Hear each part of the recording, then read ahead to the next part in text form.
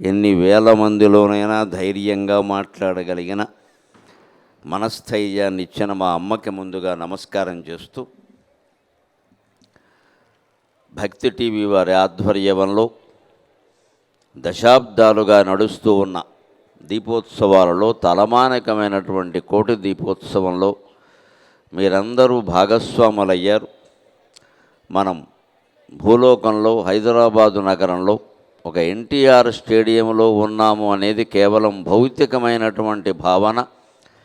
సాక్షాత్తు కైలాసంలో పార్వతీ పరమేశ్వరుల సన్నిధిలో ఉన్నాము అనేది నిజమైనటువంటి భావన.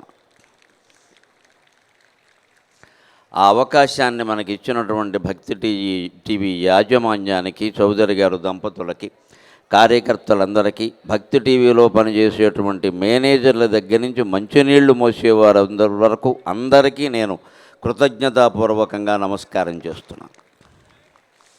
ఇన్నేళ్లుగా ఈ కార్తీక మాసాన్ని మనం 15-20 రోజుల పాటు పవిత్రం చేసుకుంటున్నాం. నమశివాయ నామంతో మన జీవితాలన్నింటినీ సంస్కారవంతం చేసుకుంటున్నాము అంటే వారి కార్యనిర్వహణ దక్షత. మన ఇంటికి మనం తప్పితే నలుగురు అతిథులు వస్తే ఏం చేయాలో తెలియదు. కానీ ఇన్ని వేల మందితో నడుపుతున్న కార్యక్రమంలో ఎక్కడా ఎటువంటి పొరపాటు జరగకుండా నడుస్తుంది అంటే, ఒకటి, మన హృదయాల్లో ఉండేటువంటి భక్తి మనస్సును నియంత్రించినట్టుగా ప్రపంచంలో 1,00,000 మంది అధికారులు కూడా నియంత్రించలేరు.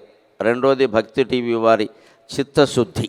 ఆ రెండింటికి మనం నమస్కారం చేస్తూ ఈవేళ ఒక కొత్త అంశం, శివుడికి మనకి రామ్ రామ్ శీర్షిక విచిత్రంగా ఉంటుంది కానీ వింటే బాగా అర్థమవుతుంది. శివుడికి మనకి రామ్ రామ్, అది ఇవాళ నేను మాట్లాడే అంశానికి శీర్షిక. దాన్ని శంకరాచార్య శివానంద లహరిలో ఉండే 2 శ్లోకాల ఆధారంగా చెబుతా. సాధారణంగా మనం ఏమనుకుంటామంటే, గుళ్ళోకి వెళ్ళినప్పుడు ఏమీ పట్టుకెళ్లకుండా వెళ్ళకూడదు. అలాగే జ్ఞానులు పండితులైన వారిని దర్శించినప్పుడు కూడా ఏమీ పట్టుకెళ్లకుండా వెళ్ళకూడదు. రాజుగారి కార్యాలయానికి వెళ్ళినప్పుడు అంతే, గర్భిణిని దర్శించిన అంతే, పసిపిల్లల్ని దర్శించిన అంతే, అనారోగ్యంతో ఉన్న వారిని దర్శించిన అంతే అని మనకు కొన్ని ఆచారాలు ఉన్నాయి. రాజుగారి కార్యాలయం అంటే ప్రభుత్వ కార్యాలయానికి ఏమీ పట్టకుండా పెడితే పనులు అవ్వవు. దేవుడి గుళ్ళోకి ఎందుకు పట్టుకెళ్ళడం అంటే, దేవుడు మనకు ఏదైనా ఇవ్వాలి అంటే ఆయనకి మనం ఏదైనా ఇవ్వాలి. ఎందుకంటే దేవుడు ఎవరికి ఏమీ ఇవ్వడం, ఏమీ పుచ్చుకోవడం అనేది ఉండదు. ఇచ్చిపుచ్చుకోవడాలు ఉన్నవాడు జీవుడు, అవి లేనివాడు దేవుడు.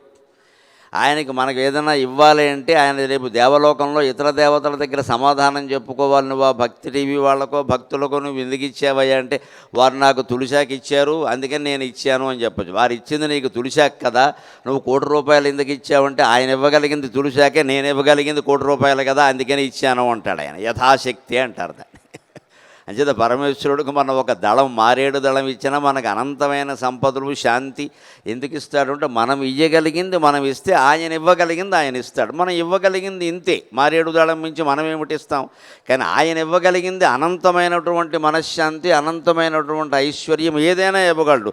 విశ్వమంతా ఆయనదే కాబట్టి అంచేత అక్కడ ఆయన కూడా యథాశక్తి ప్రకారమే చేస్తున్నాడు. మనం యథాశక్తి చేసినట్టే.